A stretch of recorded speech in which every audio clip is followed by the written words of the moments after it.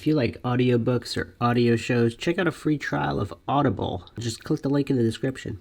You are listening to MINDSHOCK True Crime. This is the kickoff to the Jonestown series. Intro into Darkness. This is your host, Bruce McGuire, joined by Maxwell Powers. And JR. And JR, of course, joined us for the first time on the Dogman Bigfoot Conspiracy podcast.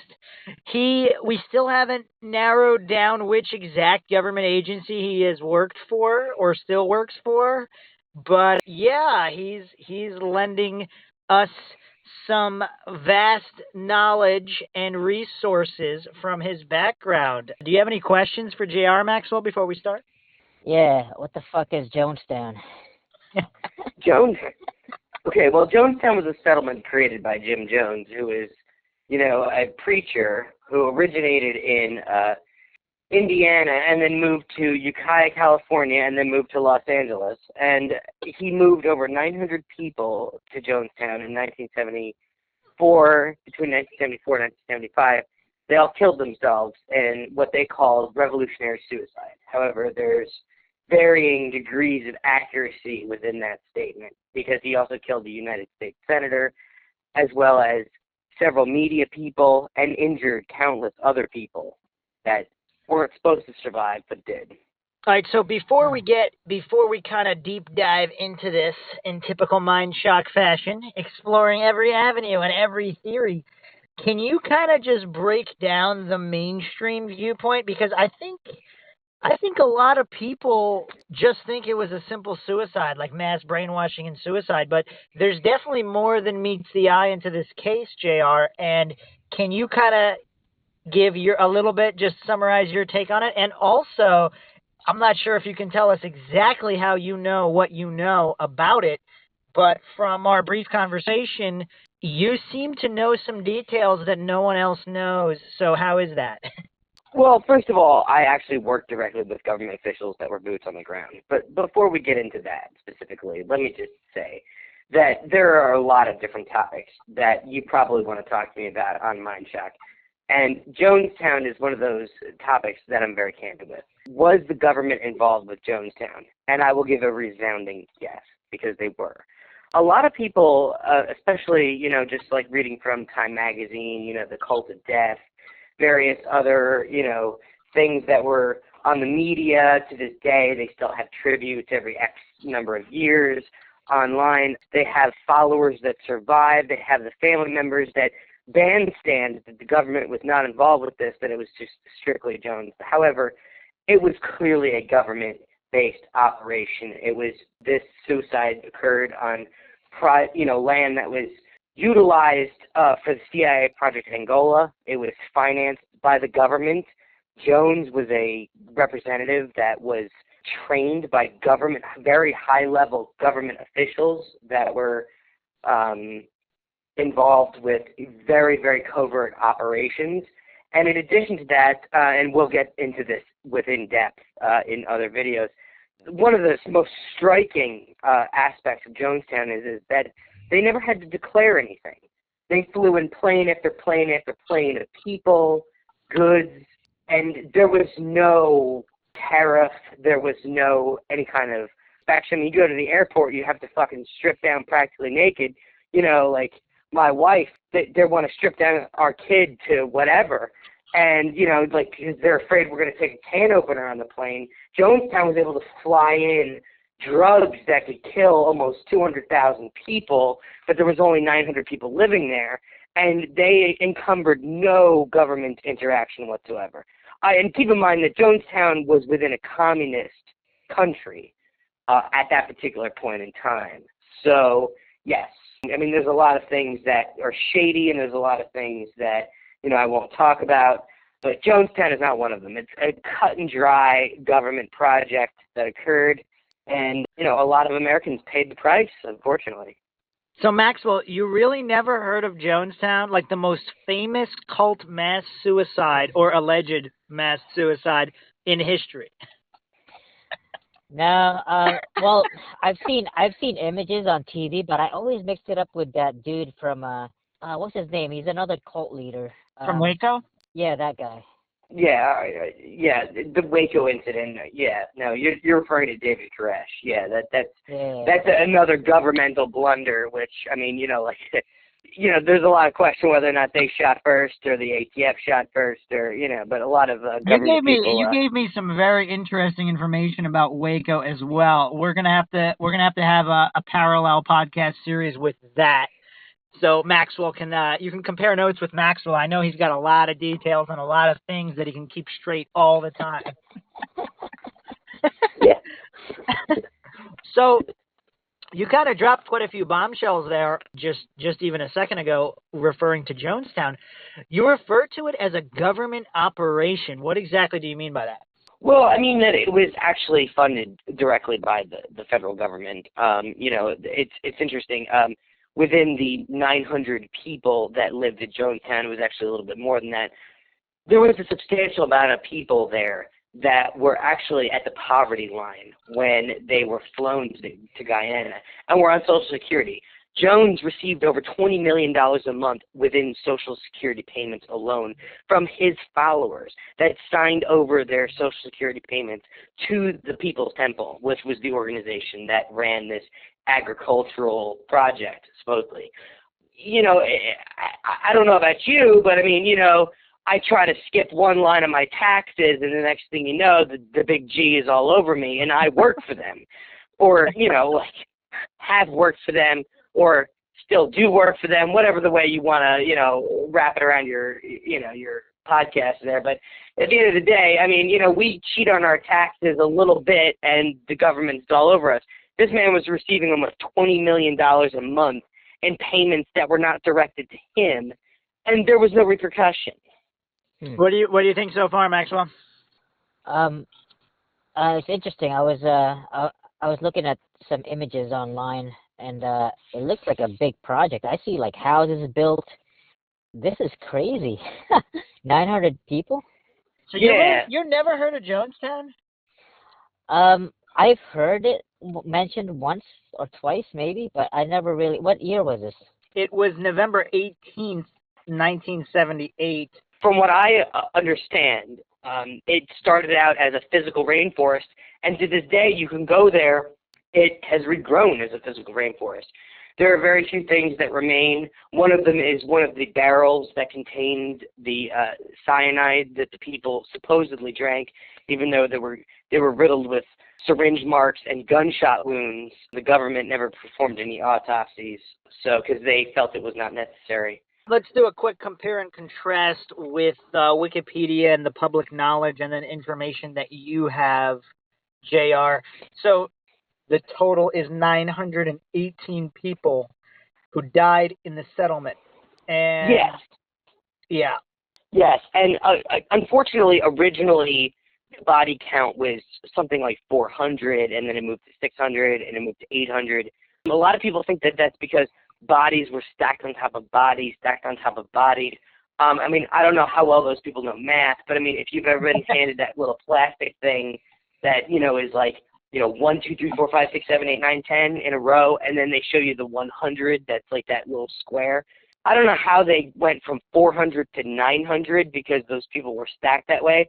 A lot of varying accounts, including those of Stanley Clayton, who was a chef, who wasn't supposed to live because he was told to go to the pavilion but didn't during the massacre, actually heard helicopters and Marines rounding up people within the forest and machine gunning them.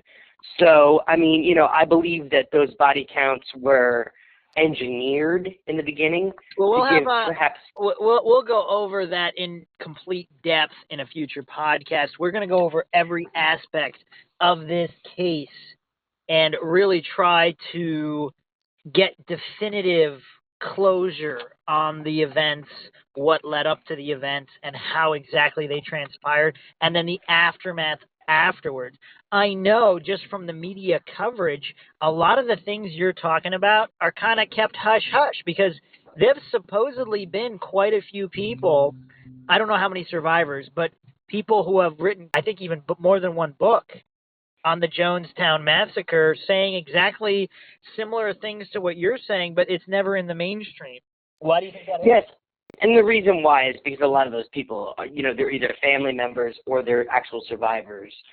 And, there's this website called The Considerations for People of Jonestown, and that's mainly centered around the family members of people that were of an extraordinary high level in Jonestown.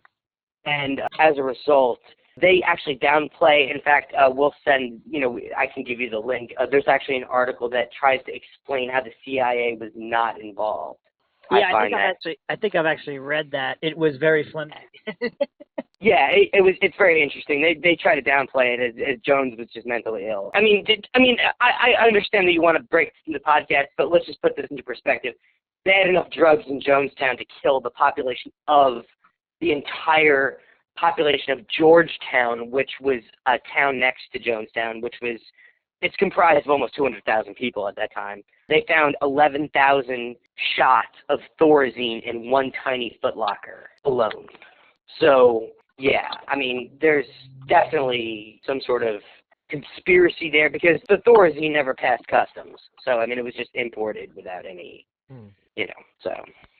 So how did you recruit all these people? Where did these people come from? Well, they come from California, a lot of them. There were a few zealot followers that came from Indiana, but most of the people came from Ukiah and Los Angeles during the hippie movement. A lot of them were poor or looking for some sort of commune living or affecting change within themselves, but they were dirt poor, so they couldn't do it on their own, so they joined Jonestown. And, that probably sounds pretty harsh. The ironic part is a lot of the people at Jonestown, especially the ones that were responsible for the actual deaths, were of a very highly educated level and came from very affluent backgrounds, and their families had governmental backing.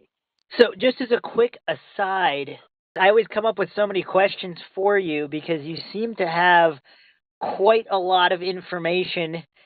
Once again, you probably can't tell us how you got it or our listeners how you got it.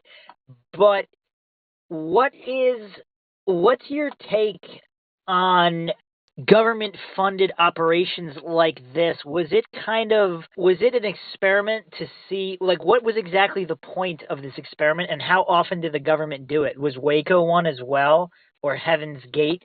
How much of these are connected with government operations? Well, we can go into Heaven's Gate and we can go into, these other various projects in, subsequent video.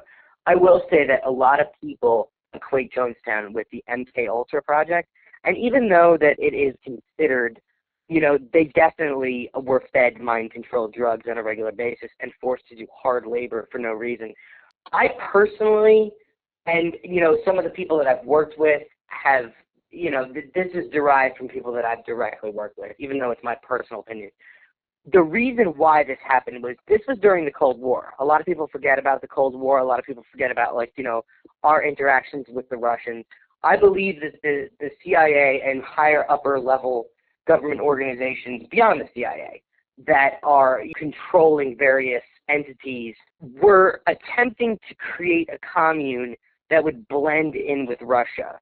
And they were trying to produce Americans that were so anti-American that they would be able to be retrofitted into Russia so that they can then deduce information and feed it back to the United States federal government. Are you following, Maxwell? Maxwell? Did we lose Maxwell? I got lost a little bit. I don't know. Oh, I got lost a little bit in what he was saying. Do you know what the Cold War is? Sort of. JR, do you want to give us your breakdown of the Cold War? Well, the Cold War was basically an excuse for the Reagan administration to throw millions of dollars into the air and the Russians to throw millions of dollars into the air. And the country that was richer was supposed to, basically win out because ultimately the Reagan administration had no way of defeating the Russians, and the Russians really had no way of defeating us. So Reagan's policy was to throw millions of dollars into the air, kind of like, I don't know if you've seen that Wonka movie where it's up there in a million little pieces. And ultimately that was supposed to somehow win the war. So because neither side actually did anything, it was kind of like two boxers that never actually hit each other. It was just the Cold War. And this is a crazy big aside, but I actually didn't get to ask you this. So the moon landing, which was we kind of alluded to it a couple of times. Where are you on the moon landing? Was that fake just to win the Cold War, or what? Have you heard? Do you have any information on that at all? You know, I would really love to go into a real video about NASA because I find it a very fascinating government instrument. I will say that I believe that there have been certain things. I'm not going to say that there are certain people that have landed on the moon. However, the moon landing itself and the year that it was done, I do have information on that.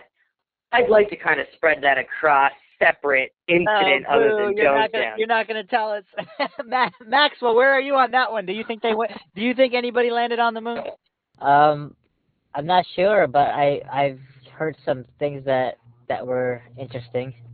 All right, let's focus back on Jonestown. So, Jim Jones actually, his name is on a government document for some kind of CIA. I'm not sure if it was it 100% linked to MK Ultra or was it some kind of a CIA brainwashing, propaganda, mind control type seminar or class or some kind of trial or something. I know his name is on. It shows up on some declassified documents. Let me just stop you right there, Bruce. I mean, you know, like his name might show up on a government document, and that's because there are over 15,000 documents that are still to this day held, even though there's been multiple Freedom of Information Acts regarding the Jonestown incident. There are 15,000 documents that have yet to be released by the federal government, and that's because Jones didn't simply go to a seminar. He went to an actual physical CIA training center for a period of time. In fact, Jones' relationship with the CIA could be linked all the way back when he worked in Ukiah, when he set up his first quote-unquote commune. That was before he moved to the Los Angeles area. That was before his population of his congregation grew to over 1,000. You're talking about Jones has had over 10 years at least of CIA involvement regarding his particular situation. I can't really go into specifics about how I know that, but I do know that Jones had a very long-term relationship with the CIA. Jones actually had multiple relationships with multiple government agencies, but because a lot of press and a lot of questions reside around the CIA, people seem to focus in on that. They don't seem to focus in on the other entities. Still with us, Maxwell? Yeah, trying to follow. So so as far as the hippie, a lot of these things are kind of overlapping. Is it a coincidence? Like Maxwell and I, we go into a lot of these things that seem to be a coincidences from the outset, but the more you look into it, the more it seems these things aren't coincidences. You have the overlap of the Cold War, you have the overlap of the hippie movement, and we're not going to get into the whole LSD experimentation and the links with the government research there as well, which could lead into a whole nother topic of interdimensional insanity. But with the hippie movement and the Cold War, like what I know from my limited research on the hippie movement, I do know that the government monitored that movement quite extensively. Can you give your notes and opinions on that? Well, they did, and you know, Jones obviously, or Jones' handlers played that to their advantage.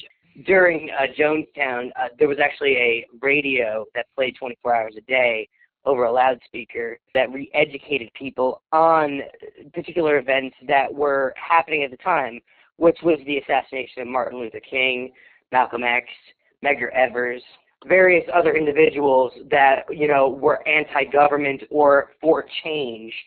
And the people that were in People's Temple were constantly brainwashed that those events were opening up a new movement that actually never took place. For example, Jones made several references to when the people actually moved to Jonestown, that there were concentration camps set up for people of color, so on and so forth. We know that these things actually didn't occur.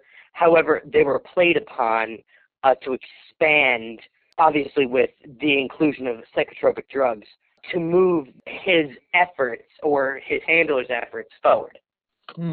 So, what was the main goal of this experiment? Was it kind of to see how much Jones could manipulate a small population, or was it set out from the get-go to kind of, I mean, this is really, really dark, but was it set out from the get-go to see if he could get these people to commit mass suicide with brainwashing, or did that it all went wrong and that's what led to that?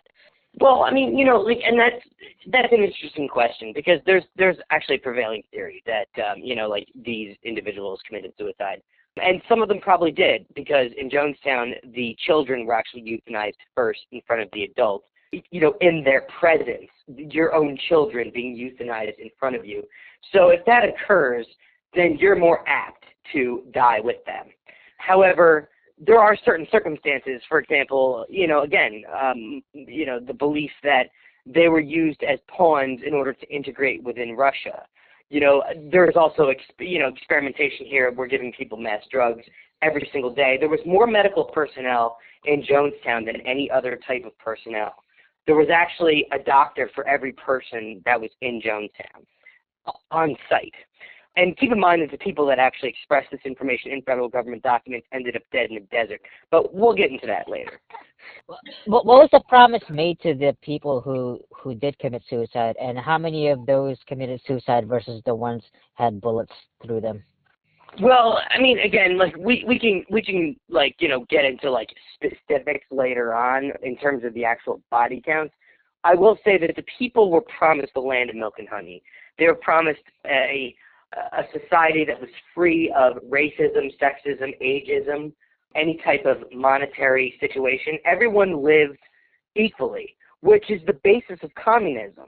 However, in addition to that, there were people that were chosen within Jonestown, and those people, ironically, were predominantly white, and they predominantly had above master's degrees.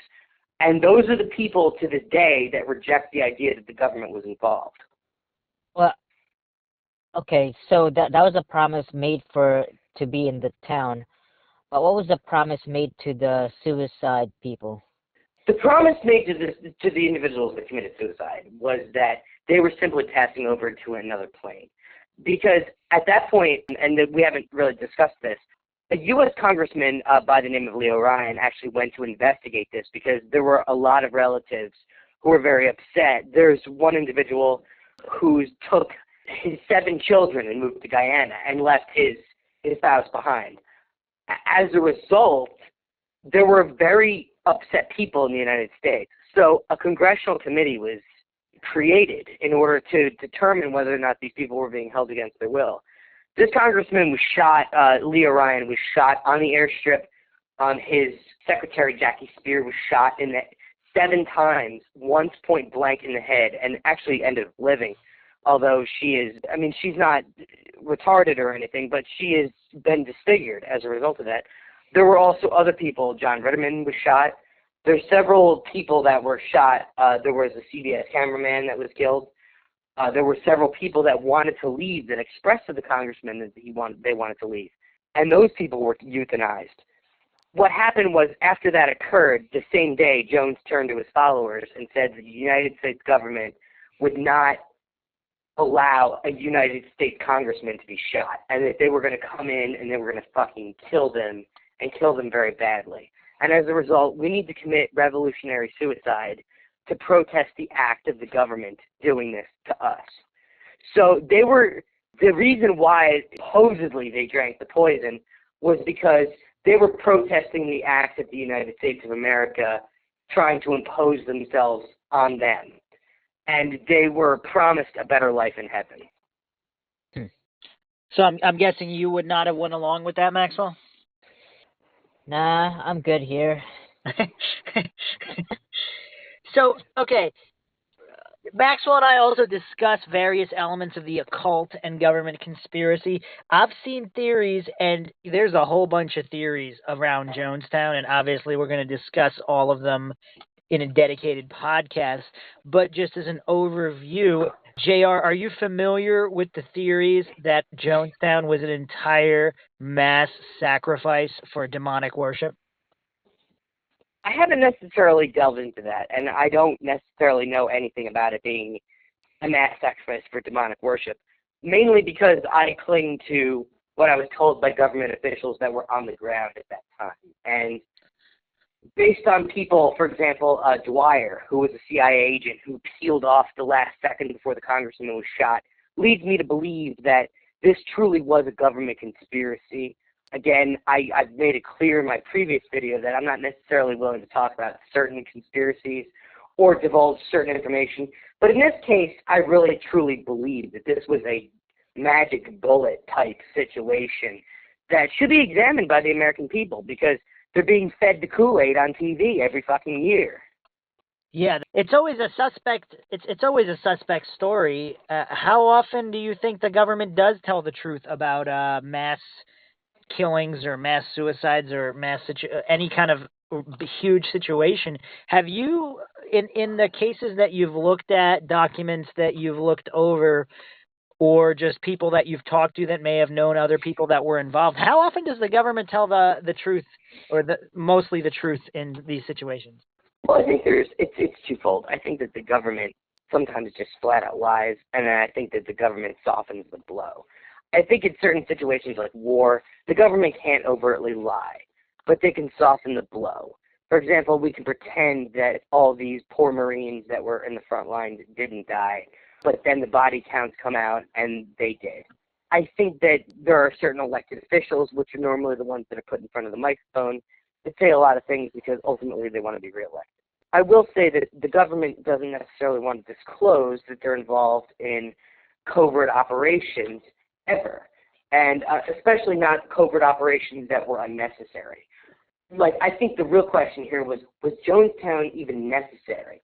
I mean, even if it was not a government conspiracy, let's remove that from the equation for a second. Was the fact that this even occurred, was it necessary? No. Could it have been prevented? Yes.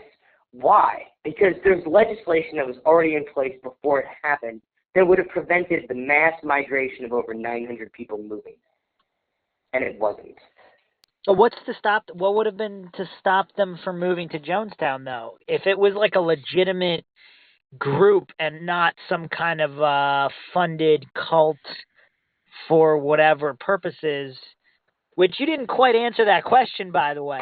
Is it possible this whole Jonestown situation is some kind of a Manchurian Candidate sleeper cell type setup where a CIA trained Jim Jones was supposed to, I don't know, create spies or whatnot? Because a lot of I did answer that, because I believe that they were producing a flock of individuals.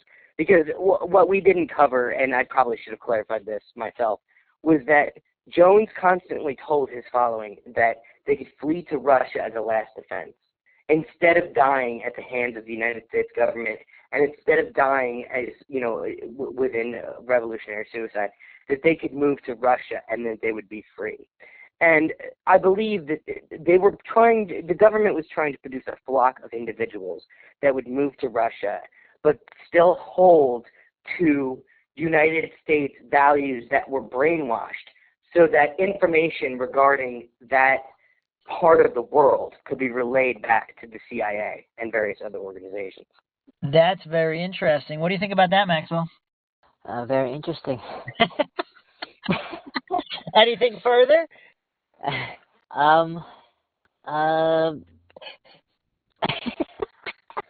Maxwell, if you haven't noticed, JR, Maxwell is always on the ball with everything at all times. Well, that's okay. I mean, after all, I mean, it's not, I don't expect people to, necessarily follow along. And like I told you in my previous video, I don't necessarily people to, expect me to, to believe what I'm saying. And I have extensive knowledge with, various individuals, particularly the people that I worked with that actually were there at the death camp itself.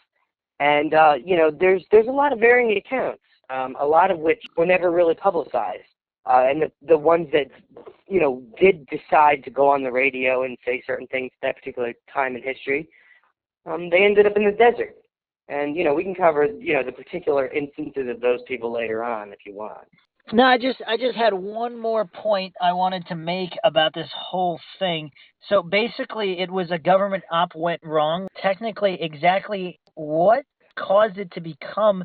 So you're saying if they were going to be these people that moved to Russia or the Soviet Union at that time, they didn't want them to commit mass suicide. So you're saying it wasn't, or to the best of your knowledge, the goal was never an intended mass suicide. Well, one of the things you have to understand is that the CIA actually greatly opposed Leo Ryan, who was the congressional congressman that went down there.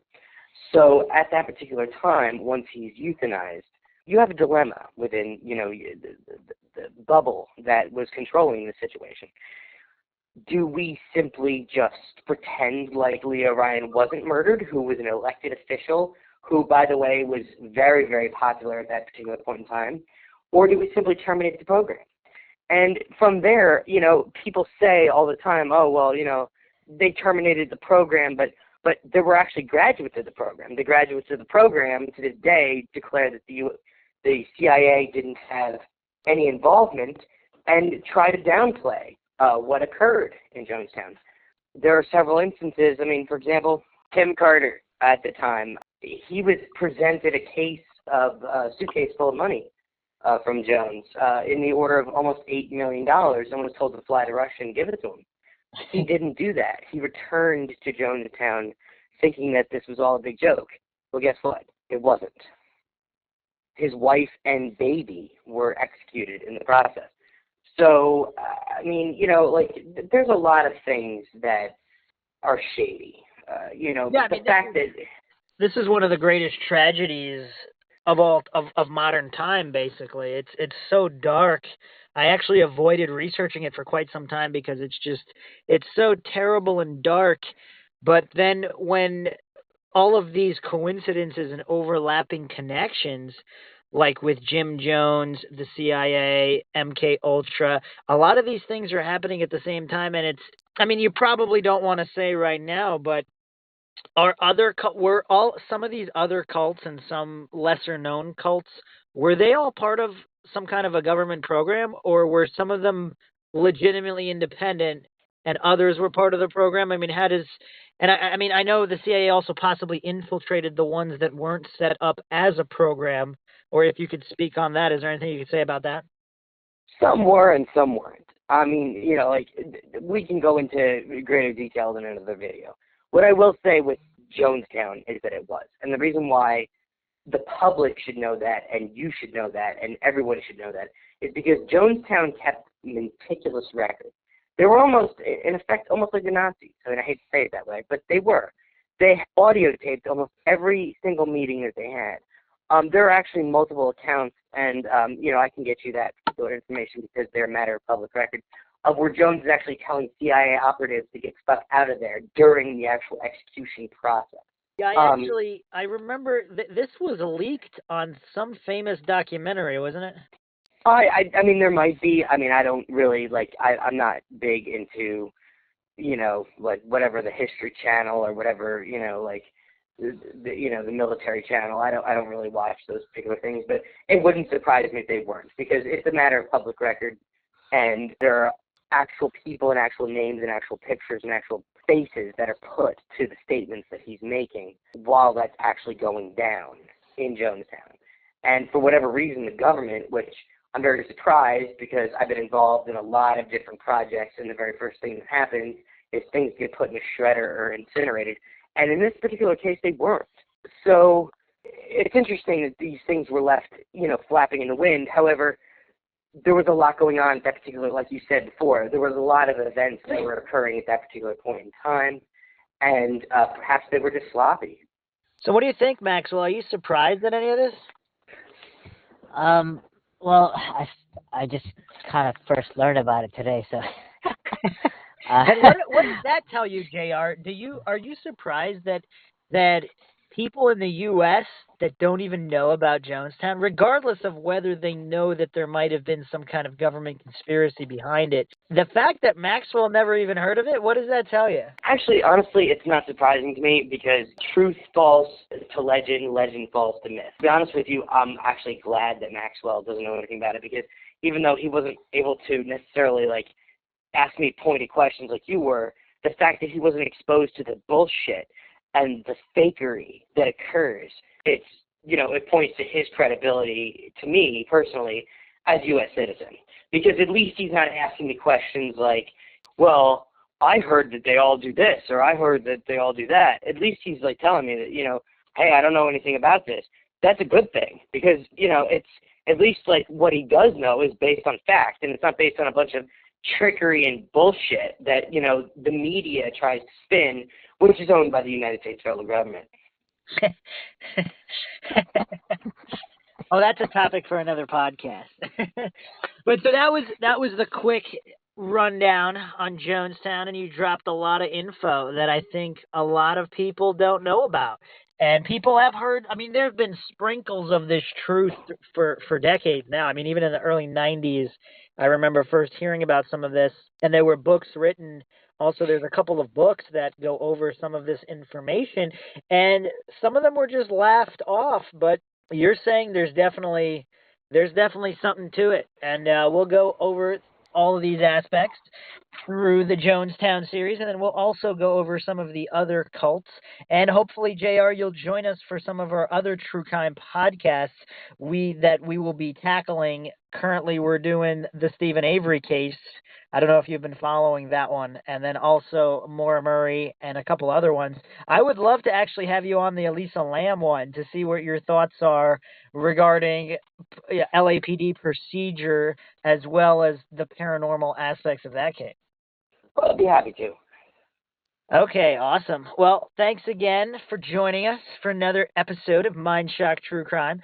If you like the podcast, you can donate to our PayPal. Just check the link in the description. And don't forget to subscribe to the channel. Hit the bell for notifications. And if you like this video, hit the like button. You could also find us on social media, Facebook, Reddit, Twitter, and also check out our Patreon.